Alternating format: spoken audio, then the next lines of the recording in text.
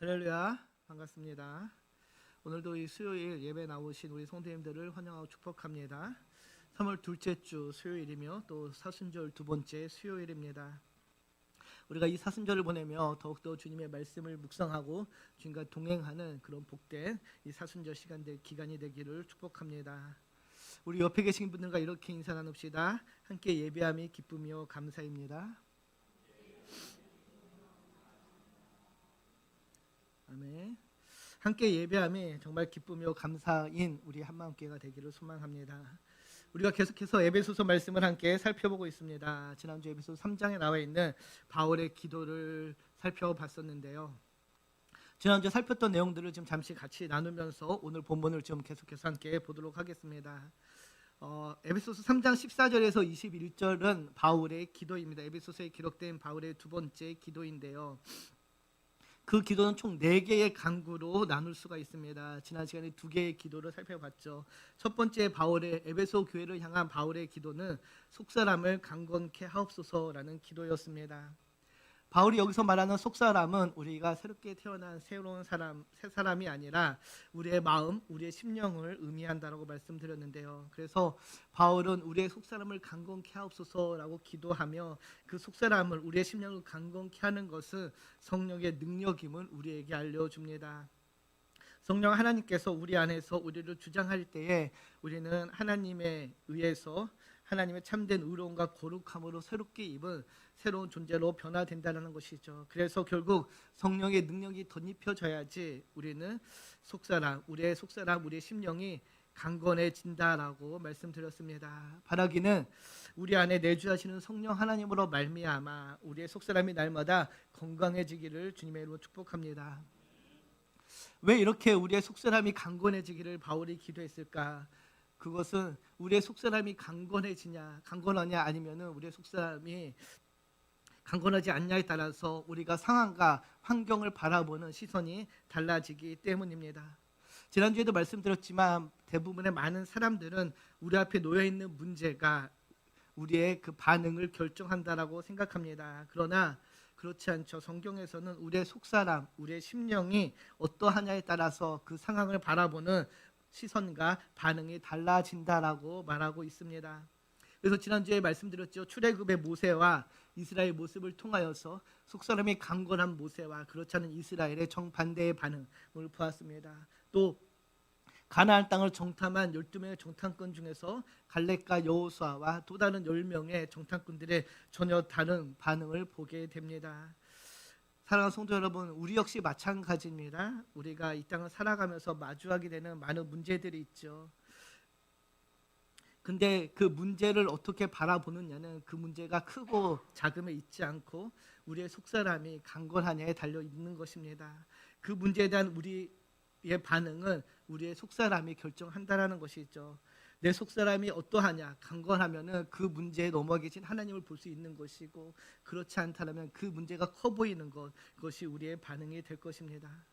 사도 바울이 이렇게 에베소 교회를 향한 편지에서 그들의 속사람이 강건해지기를 바라는 것은 지금 환난과 피파 속에 있는 그들의 속사람이 강건하냐에 따라서 그들이 그 박해를 넉넉히 이길 수 있는 믿음이 자라나기 때문입니다. 환난과 박해 가운데서도 믿음을 지키기 위해서 필요한 것이 바로 강건한 속사람이죠. 주의 성령으로 강건케 된 속사람이기 때문에 지금 그들의 속사람이 강건해지기를 기도하고 있는 것입니다.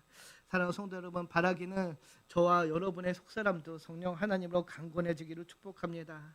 우리가 날마다 성령 하나님께서 우리의 심령을 강건케 하셔서 삶의 자리에서 만나게 되는 그 모든 문제 가운데서도 우리의 믿음을 지키며 또 믿음의 사람으로 살아가는 모두가 되기를 소망합니다. 그리고 사도 바울이 에베소 교회를 향한 두 번째 기도는 그리스도가 그들 마음에 거하게 하옵소서라는 기도였습니다. 17절을 보면은 믿음으로 인해 그리스도께서 여러분의 마음 가운데 거하시기를 구합니다라고 기도하죠.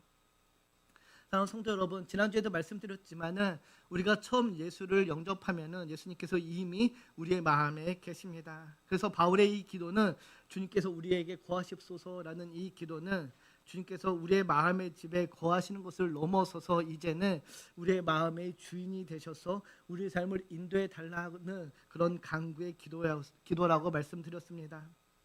그래서 지난주에 말씀드렸죠. 이 기도는 우리의 마음의 집을 주님께 명의 이전하는 기도요 결단이라고 말씀드렸습니다. 사랑하는 한마음 가족 여러분, 여러분의 마음의 집의 주인은 누구인가요? 지난주 말씀을 맺으며 여러분의 그 마음의 집의 그 명의를 주님께 이전하기를 부탁드렸는데, 이번 한 주 여러분의 마음의 집의 주인은 누구였는지 돌아보시기 바랍니다. 여전히 나였는지, 아니면은 내 마음의 집을 주님께 이전하고 주님의 그 인도하심에 따라 살아갔는지요. 앞서 말씀드렸지만은 우리는 주님을 영접할 때 이미 주님께서 성령으로 우리 안에 내주하심을 믿습니다. 그러나 우리가 매일매일 성령으로 새롭게 변화되어서 우리의 마음의 집을 주님께 내어드리지 않는다라면은 그분은 우리 안에 불편하게 동거하실 뿐입니다. 손님으로 우리의 마음의 집에 거하심으로 아무것도 할 수 없게 된다라는 것이죠. 그래서 우리 안에 자발적인 믿음의 결단이 필요합니다. 믿음의 결단으로 우리의 모든 것을 포기하는 권리 포기가 있을 때에 우리는 우리의 마음의 집을 주님께 양도하며 그분의 선하신 인도하심에 따라 살아가게 될 줄 믿습니다. 사랑하는 성도 여러분, 여러분은 주님을 믿으십니까? 그렇다면 온전히 나의 마음의 집을 주님께 양도하는 그런 은혜를 누리시기를 축복합니다. 이렇게 사도 바울은 그들의 속사람이 성령으로 강건해지는 것과 그리스도께서 그들의 마음에 계실 것을 기도합니다. 이것을 어떻게 보면 크게 보면 한 가지의 기도라고 할 수 있습니다. 실제로 그리스도께서 우리 마음에 내주하시는 것은 바로 성령에 의한 것이고, 그분이 우리 가운데 내주하실 때에 우리에게 주시는 것이 바로 속사람의 강건함이기 때문이죠. 이렇게 속사람의 강건함을 입은 제자들은 바로 그들의 마음의 집을 주님께 양도하고 주님의 선한 인도하심에 따라 그들에게 맡겨진 사명을 감당하게 됐습니다. 바라기는 우리 역시 마찬가지로 우리에게 가장 필요한 것, 우리를 힘들게 하고 우리를 두려움에 빠지게 하는 그런 상황 속에서 온전히 주님을 바라보며 주님을 의지하며 나아가는 모두가 되기를 소망합니다. 그럴 때 우리의 삶에도 주님의 놀라운 은혜가 넘쳐나게 될 줄 믿습니다. 그리고 이어지는 오늘 본문에서는 바울의 세 번째 기도와 네 번째 기도가 나오는데요. 먼저 18절을 보면은 바울이 이렇게 기도합니다. 우리 같이 18절을 읽겠습니다. 능히 지식에 넘치는 그리스도의 사랑을 알고. 에베소 교회와 성도를 향한 바울의 세 번째 기도는 그리스도의 사랑을 알게 해달라는 기도입니다. 이 18절 말씀은 앞선 17절 말씀과 뒤에 나오는 19절 말씀을 함께 읽어야지만 지금 정확하게 그 뜻을 이해할 수 있는데요. 우리 17절 하반절부터 19절 말씀을 다시 세 번역으로 보면은 이렇게 번역을 하는데, 우리 같이 한번 읽겠습니다. 여러분이 사랑 속에 뿌리를 받고 터를 잡아서 모든 성도와 함께 여러분이 그리스도의 사랑의 너비야 길이야 높이야 깊이가 어떠한지를 깨달을 수 있게 지식을 초월하는 그리스도의 사랑을 알게 되기를 빕니다. 그리하여 하나님의 온갖 충만하심으로 여러분이 충만하여지기를 바랍니다. 사도 바울은 에베소 교회 성도들이 사랑 속에 뿌리를 받고 토를 잡아서 지식을 초월하는 그리스도의 사랑을 알게 되기를 간구합니다.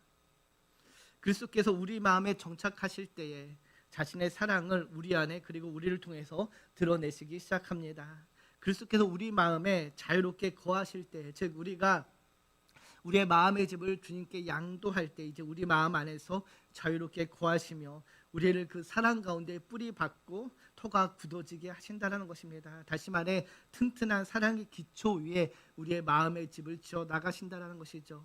사랑하는 성도 여러분, 하나님의 영이 우리의 심령을 강건하게 하시면은 그리스도께서 우리 마음에 편하게 거하시게 되고, 결국 그것은 이해를 초월한 사랑으로 이어지게 된다라고 설명하고 있는 것입니다. 우리의 마음이 성령의 능력에 항복할 때 그리스도께서 우리의 주되심을 인정하고 복종하는 그 결과가 곧 사랑으로 나타나게 된다라는 것입니다. 다시 말해서 우리의 마음의 집에 예수님께서 주인이 되시면은 이제는 우리의 마음의 집에 성령의 열매들, 특히 사랑의 열매들이 맺히게 된다라는 것입니다. 사랑하는 성도 여러분, 우리가 모두 알고 있듯이 우리 기독교의 핵심 가치 진리는 사랑입니다. 그래서 사랑은 우리 신앙의 정수요 핵심이라고도 할 수 있는데요. 우리가 말하는 사랑, 그 사랑은 어떠한 사랑인가요? 그 사랑은 바로 성부 하나님의 사랑입니다. 요한복음 3장 16절을 보면 이렇게 이야기하죠. 같이 읽겠습니다. 하나님이 세상을 이처럼 사랑하사 독생자를 주셨으니 이는 그를 믿는 자마다 멸망하지 않고 영생을 얻게 하려 하심이라. 사랑하는 성도 여러분, 우리 성부 하나님의 사랑은 자신의 독생자 예수를 아낌없이 주시는 사랑입니다. 하나님은 세상을 너무도 사랑하셔서 그래서 그 세상을 구속하시려고 그 독생자를 보내셨습니다. 그래서 하나님의 사랑은 내어줌의 사랑입니다. 언제나 이타적이고 언제나 내어주는 사랑이죠. 사도 바울이 기도하는 그 사랑을 알게 되는 그 사랑, 바로 성부 하나님의 이 은혜의 사랑입니다. 그리고 그 사랑은 또한 성자 예수님의 사랑이기도 한데요. 성자 예수님의 사랑은 어떤 사랑입니까? 이 세상을 구속하시려는 그 사랑 가득한 아버지의 뜻에 순종해 이 구속을 성취하려고 기꺼이 사람으로 이 땅에 오셔서 자신을 내어주신 사랑입니다. 이 놀라운 사랑에 대해서 사도 바울은 빌립보서에서 다음과 같이 알려주는데요. 우리 빌립보서 2장 6절 8절 말씀을 같이 읽겠습니다. 그는 근본 하나님의 본체시나 하나님과 동등됨을 취할 것으로 여기지 아니하시고 오히려 자기를 비어 종의 형체를 가지사 사람들과 같이 되셨고 사람의 모양으로 나타나사 자기를 낮추시고 죽기까지 복종하셨으니 그 십자가에 죽으심이라. 아멘. 한만 가족 여러분, 성자 하나님의 사랑, 예수님의 사랑은 곧 자신을 내어주시는 십자가의 희생의 사랑입니다. 근본 하나님과 본체시나 그 동등됨을 취하지 아니하시고 오히려 자기를 비어 종의 형체로 이 땅에 오셔서 자기를 낮추시고 죽기까지 복종하신 그 십자가의 사랑이 바로 성자 하나님의 사랑입니다. 하나님 아버지의 뜻에 따라서 이 땅에 육신을 입고 오셔서 기꺼이 십자가를 지신 그 사랑이 바로 성자 하나님의 사랑이죠. 그 사랑에 대해서 사도 요한은 요한일서에서 우리에게 다음과 같이 알려주십니다. 요한일서 4장 9절에서 12절 말씀인데요. 우리 좀 같이 읽겠습니다.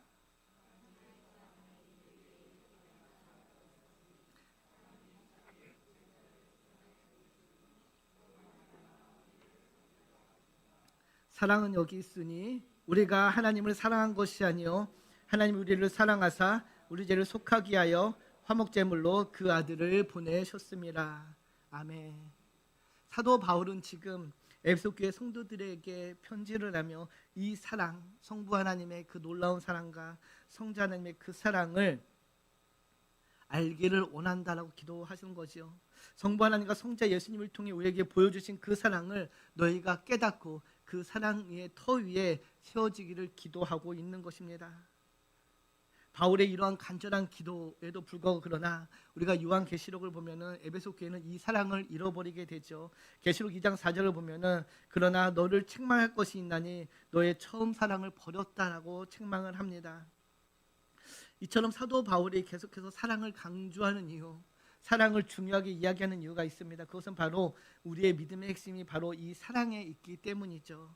이 사랑을 우리가 온전히 깨닫게 된다라면은, 이 사랑을 우리가 온전히 알게 된다라면은 우리의 삶에 놀라운 변화가 일어나기에 사도 바울은 계속해서 사랑의 터 위에 너희가 세워지기를 기도하고 있는 것입니다.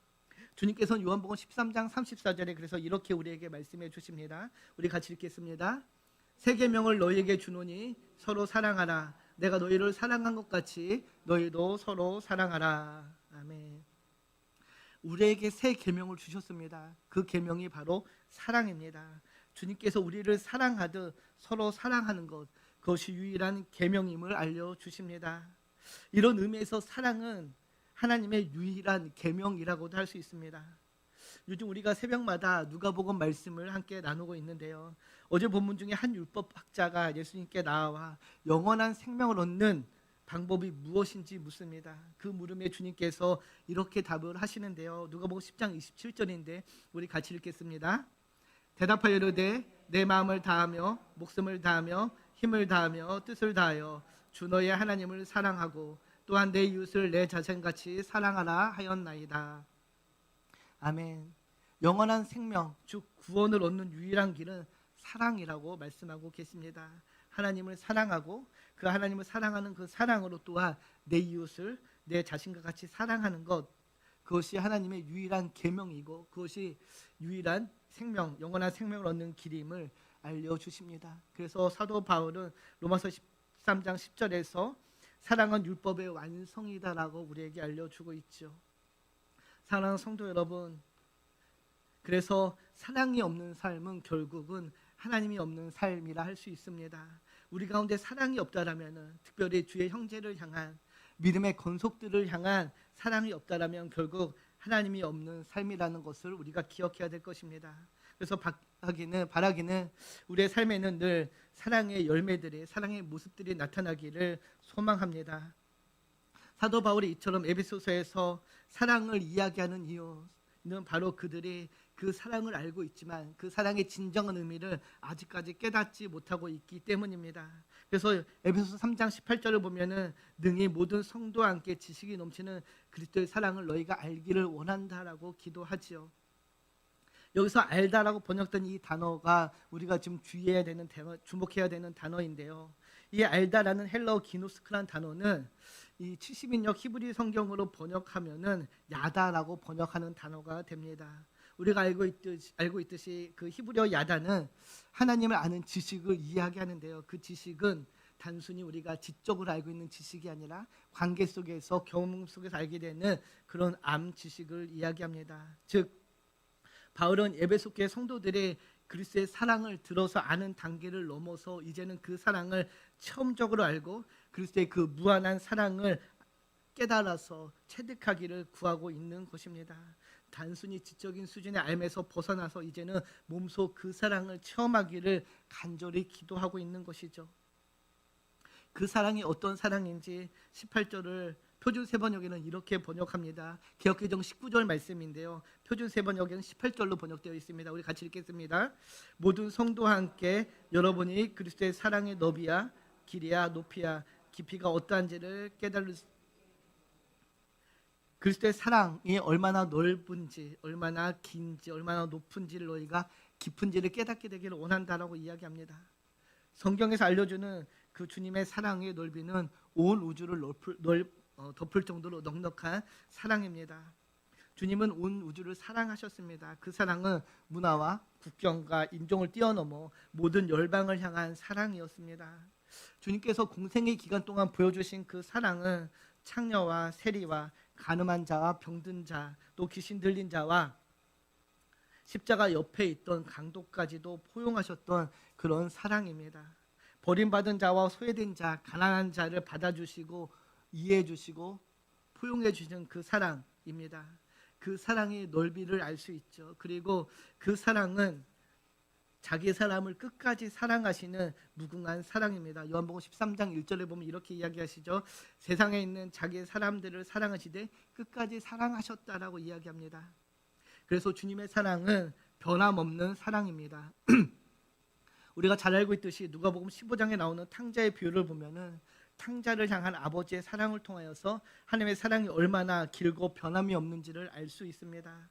변함없는 아버지의 사랑과 같이 그리스도의 사랑도 영원히 변하지 않는 사랑이라고 알려주고 있는 것이죠. 그래서 로마서 8장 38절에서 39절을 보면은 바울이 이렇게 이야기합니다. 우리 같이 읽겠습니다.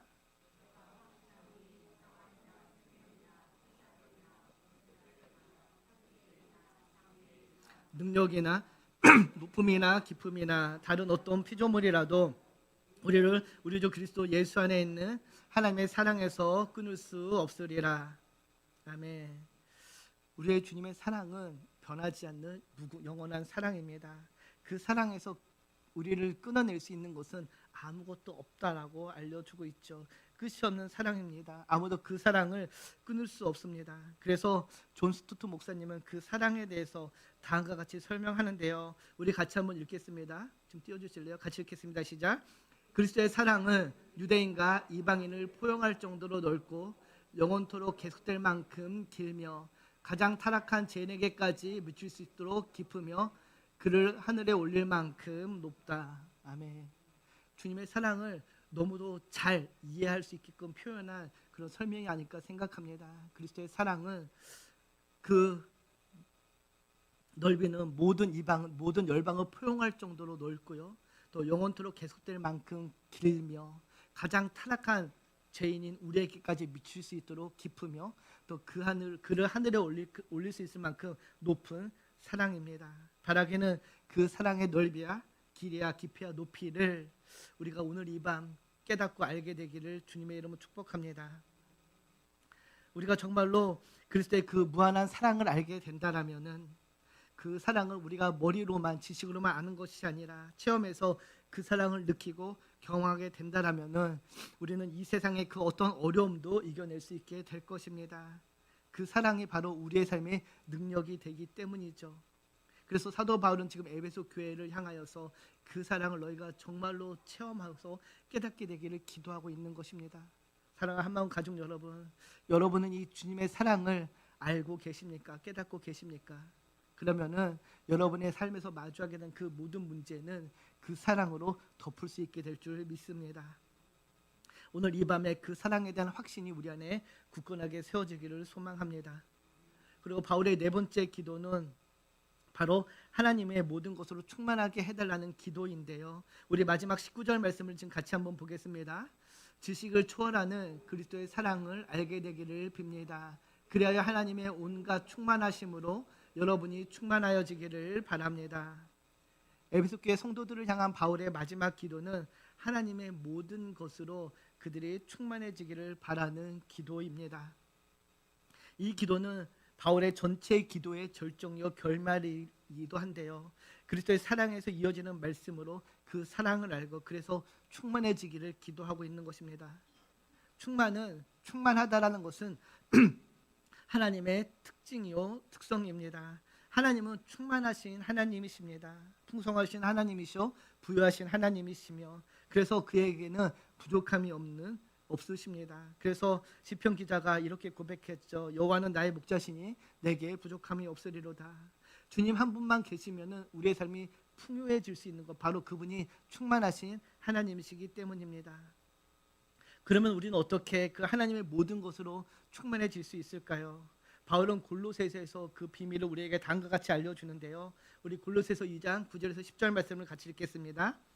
그리스도 안에 온갖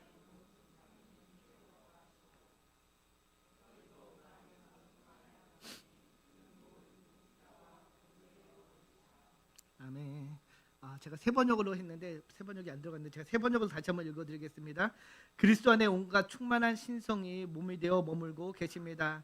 여러분도 그분 안에서 충만함을 받았습니다. 그리스도는 모든 통치와 권세의 머리이십니다. 여러분도 그분 안에서 충만함을 받았습니다. 우리가 그리스도 안에 있을 때 엔크리스토죠. 제가 에베소서를 설교하면서 제일 먼저 말씀드린 게 엔크리스토, 그리스도 안에가 에베소서를 이해하는 핵심 키라고 설명드렸습니다. 우리가 그리스도 안에 있을 때 우리는 충만해진다라고 이야기하죠. 그분이 우리 안에 거하실 때 그분의 충만이 우리를 충만케 한다라고 바울은 알려주고 있습니다. 그래서 우리는 날마다 기도와 말씀을 통해 그분의 임재와 능력을 우리 것으로 삼아야 하며 그분의 충만이 우리 안에 충만해지기를 구해야 됩니다. 이것이 우리의 정체성이요 또한 생명의 길이 될 것입니다.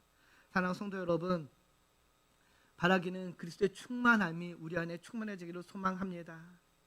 우리 하나님은 담이 없는 마르지 않는 풍성한 저수지와 같습니다.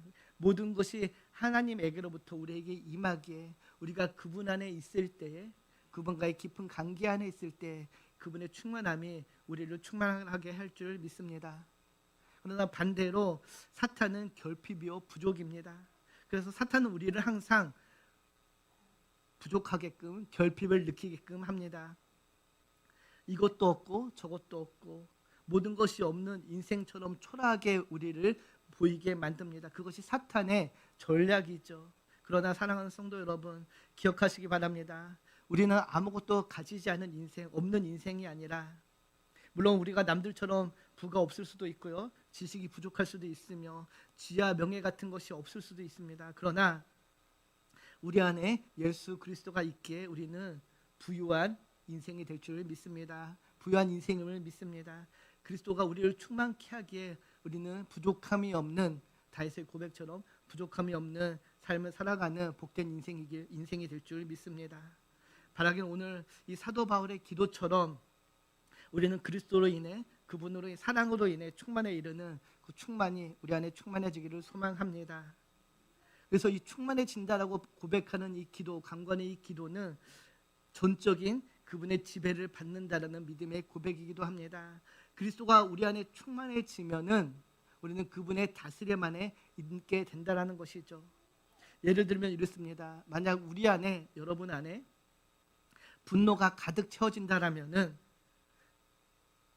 분노의 지배를 받게 되고 결국 삶에서 그 분노가 표출되게 됩니다. 반면에 우리가 하나님으로 충만해진다라면은 우리 안에 모든 것이 다 하나님의 지배를 받게 된다라는 것이죠. 하나님의 다스림 안에 있게 된다라는 것입니다. 결국 하나님의 지배를 통하여서 하나님의 뜻이 나를 통해서 나타나게 되는 것이 하나님의 충만의 삶이라 할 수 있습니다. 성도 여러분, 여러분은 무엇을 구하겠습니까? 바라기는 오늘 이 밤 우리가 그리스도로 충만해지는 그 믿음의 기도를 드리기를 주님의 이름으로 축복합니다.